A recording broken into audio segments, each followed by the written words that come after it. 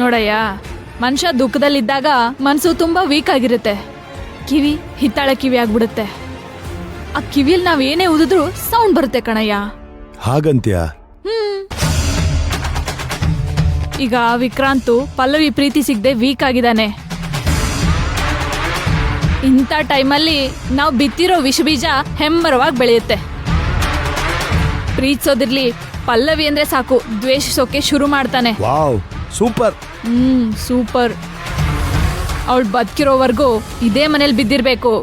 ಅವಳು ಸಾಯೋವರೆಗೂ ನಾನು ಹಿಂಗೆ ಅವಳನ್ನ ಹಂಗಿಸ್ತಾ ಇರ್ಬೇಕು. ಆಗ್ಲೇ ನನಗ್ ನೆಮ್ಮದಿ ಸಿಗೋದು. ನನಗಿಷ್ಟಕ್ಕೆ ನೆಮ್ಮದಿ ಸಿಗಲ್ಲ, ನಂಗೆ ಇನ್ನೂ ಬೇಕು. ಏನ್ ಬೇಕು? ವಿಕ್ರಾಂತ್ ಹೇಗೆ ಪಲ್ಲವಿನ ದ್ವೇಷಿಸ್ತಾನೋ ಅದೇ ಥರ ನನ್ನ ಮಗಳು ಅನು ಕೂಡ ಪಲ್ಲವಿ ಮುಖ ಕಂಡ್ರೆ ಆಗಲ್ಲ ಅನ್ಬೇಕು. ಅವಳೇ ಅಮ್ಮ ಕೆಟ್ಟವಳು, ನನಗೆ ಅಮ್ಮ ಬೇಡ ಅಪ್ಪ ಬೇಕು ಅಂತ ಓಡಾಡ್ ಬರಬೇಕು. ಆ ಕಡೆ ಪ್ರೀತಿಸಿರೋ ವಿಕ್ರಾಂತ್ ಸಿಗದೆ, ಈ ಕಡೆ ಅನು ಕೂಡ ಸಿಗದೆ ಹುಚ್ಚಿ ಆಗ್ಬೇಕು ಅವಳು. ಯೋ, ಇಷ್ಟೇ ಆಗಿದ್ಯಂತೆ, ಇನ್ನು ಅಷ್ಟ ಆಗಲ್ವಾ? ಸ್ವಲ್ಪ ತಡ್ಕೋ, ರೆಸ್ಟ್ ಮಾಡು. ಇಲ್ಲ, ನನ್ನ ಕೈಲಿ ತಡ್ಕೊಳಕ್ಕಾಗ್ತಾಯಿಲ್ಲ. ಯಾವಾಗ ಪಲ್ಲವಿ ಸೋಲೊಂದು ನೋಡ್ತೀನಿ ಅನ್ಸುತ್ತೆ. ನೋಡಯ್ಯ, ಒಟ್ಟಿಗೆ ಪ್ಲಾನ್ ಮಾಡಕ್ ಹೋದ್ರೆ ಸಿಗಾಕೊಳ್ತೀವಿ. ಹಂತವಾಗಿ ಪ್ಲಾನ್ ಮಾಡ್ತಿರ್ಬೇಕು. ಈಗಿನ್ನೇನು ಅವಳು ಸುಲೋಚನಾ ಮನೆಗೆ ಹೋಗ್ತಾಳೆ, ಆಯಮ್ಮ ಅಲ್ಲಿ ಚೀತು ಅಂತ ಕಳಿಸ್ತಾಳೆ. ಈಗ ಸ್ವಲ್ಪ ದುಃಖದಿಂದ ಸುಧಾರಿಸ್ಕೊಳ್ಳಿ. ಅಷ್ಟರಲ್ಲಿ ಅನು ಮನ್ಸನ್ನ ಹಾಳು ಮಾಡೋದಕ್ಕೆ ಕೈ ಹಾಕೋಣ. ಅಬ್ಬಾ ಸಾಕು, ಇನ್ನೇನು ಸುಧಾರಿಸ್ಕೊಳ್ಳೋಣ ಅನ್ನೋ ಟೈಮಲ್ಲಿ ತಿರ್ಗಾ ಕೊಡ್ತಾ ಇರೋಣ. ಈಗ ವಿಕ್ರಾಂತ್ ಅವಳ ಮೇಲೆ ಅನುಮಾನ ಪಟ್ಟು ದೂರ ಆದ್ರೂ ಸಹ ಮತ್ತೆ ಮುಂದೆ ಯಾವತ್ತಾನ ಒಂದಾಗ್ಬಿಟ್ರೆ, ಪ್ಯಾಚಪ್ ಮಾಡ್ಕೊಂಡ್ಬಿಟ್ರೆ ಸಾಧ್ಯ ಇಲ್ಲ ಕಣಯ್ಯ. ಅದ್ಯಾವ ಗ್ಯಾರಂಟಿ ಮೇಲೆ ಹೇಳ್ತೀಯಾ? ನೋಡಯ್ಯ, ಒಂದ್ ಹೆಣ್ಣು ಏನ್ ಬೇಕಾದ್ರೂ ಸಹಿಸ್ಕೋತಾಳೆ. ಆದ್ರೆ ಅವಳ ಶೀಲದ ಬಗ್ಗೆ ಯಾರಾದ್ರೂ ಅನುಮಾನ ಪಟ್ರೆ ಯಾವುದೇ ಕಾರಣಕ್ಕೂ ಸಹಿಸ್ಕೊಳ್ಳೋದಿಲ್ಲ. ಈಗ ಸುಲೋಚನಾ ಆಡೋ ಒಂದೊಂದ್ ಮಾತು ಪಲ್ಲವಿ ಎದೆ ನಡುಗ್ಸತ್ತೆ. ನಿನ್ ತಲೆನೇ ಕೆಡ್ಸ್ಕೋಬೇಡ, ರೆಸ್ಟ್ ಮಾಡು. ಕಾಲ್ ಬೇರೆ ಏಟಾಗೈತೆ, ಮಾತಾಡ್ತೀಯ. ಪಲ್ಲವಿ, ಸೈಲೆಂಟ್ ಆಗಿ ನನ್ನ ಮಗಳನ್ನ ನನಗೆ ಕೊಟ್ಬಿಟ್ರೆ ಅಟ್ಲೀಸ್ಟ್ ನೀನು ತುಂಬ ಪ್ರೀತಿಸ್ತಾ ಇರೋ ವಿಕ್ರಾಂತ್ ಪ್ರೀತಿನಾದ್ರೂ ಉಳಿಸ್ಕೋಬೋದಾಯ್ತು. ನಕ್ಕರ ಮಾಡಿದೆ ಅಲ್ವಾ? ಈಗ ನರ್ಕ ಅನ್ಬೋಸಕ್ ರೆಡಿ ಆಗು.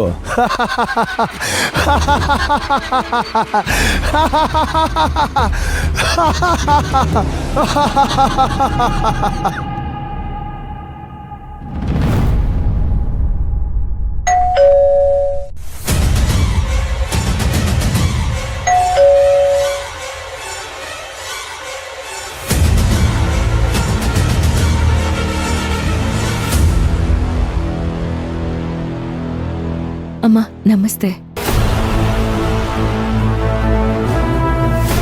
ತೇಜು, ಬಾ ಒಳಗೆ. ಅನು ಬಾ.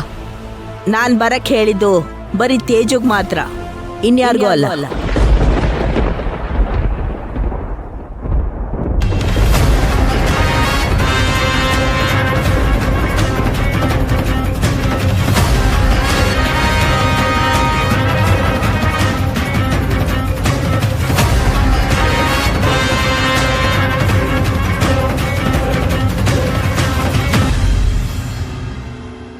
ಅಮ್ಮ, ಯಾಕೆ ಹೀಗೆ ಮಾತಾಡ್ತಿದ್ದೀರಾ?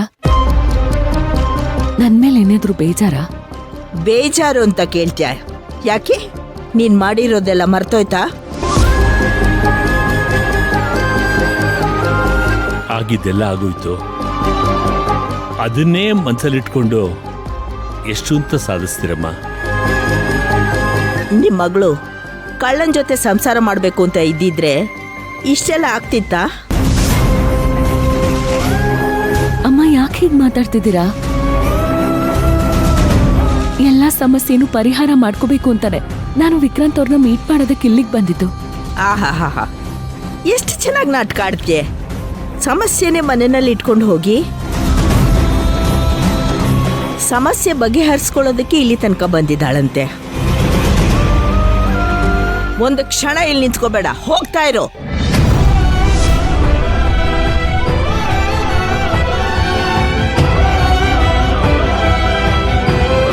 ಏನಾಯ್ತು ನಿಮ್ಗೆ?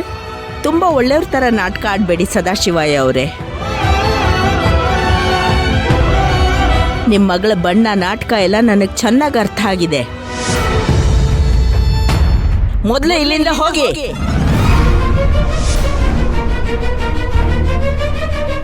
ಇನ್ನೊಂದು ಸಲ ಈ ಕಡೆ ತಲೆ ಹಾಕ್ಬಿಡಿ. ಅಜ್ಜಿ ಯಾಕಜ್ಜಿ ಅಮ್ಮಂಗ್ ಬೈತಿದ್ದೀರಾ? ಯಾವಳೋ ನಿಮ್ಮಮ್ಮ?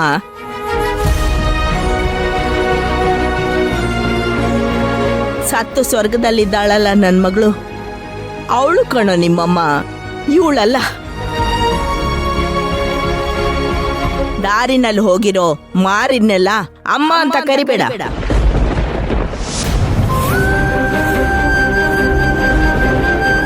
ನೋಡಿಮ್ಮ, ಮನ್ಸಲ್ಲಿ ಅದೇನೇ ಇದ್ರೂ ನೇರವಾಗಿ ಹೇಳಿ. ಸುಮ್ಮನೆ ಈ ತರ ಸುತ್ತಿ ಬಳಸಿ ಮಾತಾಡ್ಬೇಡಿ. ಮಕ್ಳು ಮುಂದೆ ಇಲ್ದೆ ಹೋಗಿದ್ರೆ ನೇರವಾಗಿ ಮಕ್ಕಕ್ಕೆ ಹೊಡೆದಂಗೆ ಹೇಳ್ತಾ ಇದ್ದೆ. ಮಕ್ಕಳ ಮುಂದೆ ನಿನ್ ಮರ್ಯಾದೆ ತೆಗಿಬಾರ್ದು ಅಂತ ಸುಮ್ಮನಿದ್ದೀನಿ. ಹೋಗಿ ಅಂತ ಹೇಳದ್ನಲ್ಲ, ಮತ್ತ್ಯಾಕೆ ಇಲ್ಲಿ ನಿಂತಿದ್ದೀರಾ?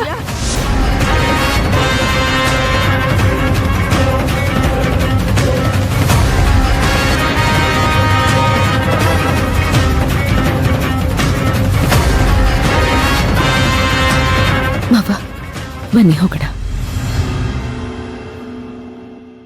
2 ನಿಮಿಷ ಇರಮ್ಮ. ಸುಲೋಚನಾ ಅವರೇ, ವಿಕ್ರಾಂತ್ ಮನೆಗೆ ಬಂದ? ಯಾವ ವಿಕ್ರಮ್? ಅವ್ ನಿಮ್ಗೇನಾಗ್ಬೇಕು? ಅಲ್ಲ, ಇವತ್ತು ನಮ್ಮ ಪಲ್ಲವಿನ ಮೀಟ್ ಮಾಡಬೇಕು ಅಂತ ಇದ್ದ. ಅದಕ್ಕೆ ತೇಜುನ ಮನೆಗೆ ಬಿಟ್ಟು ಹೋಗೋಣ ಅಂತ ಬಂದೆ. ಇಲ್ಲ, ನನ್ನ ಮಗ ಯಾರನ್ನು ಮೀಟ್ ಆಗಲ್ಲ ಅಂತ ಹೇಳಿದಾನೆ. ಕೊನೆ ಸಲ ಹೇಳ್ತಾ ಇದ್ದೀನಿ, ನನ್ನ ಮಗನ ತಂಟೆಗೆ ಬರಬೇಡ. ನಿಂದೆಷ್ಟಿದೆಯೋ ಅಷ್ಟು ನೋಡ್ಕೊ. ನನ್ನ ಮಗ ಯಾವತ್ತೂ ನಿನ್ನನ್ನ ಹೆಂಡತಿ ಅಂತ ಒಪ್ಕೊಳ್ಳಲ್ಲ. ನನ್ನ ಮಗನ್ಗೆ ನೀನ್ ಬೇಕಾಗಿಲ್ಲ. ಹಾಗಂತ ಅವರೇ ಹೇಳಿದ್ರ? ಅವನ್ ಯಾಕೆ ಹೇಳ್ಬೇಕು? ಅವನ್ ಪರವಾಗಿ ನಾನೇ ಹೇಳ್ತಾ ಇದ್ದೀನಲ್ಲ.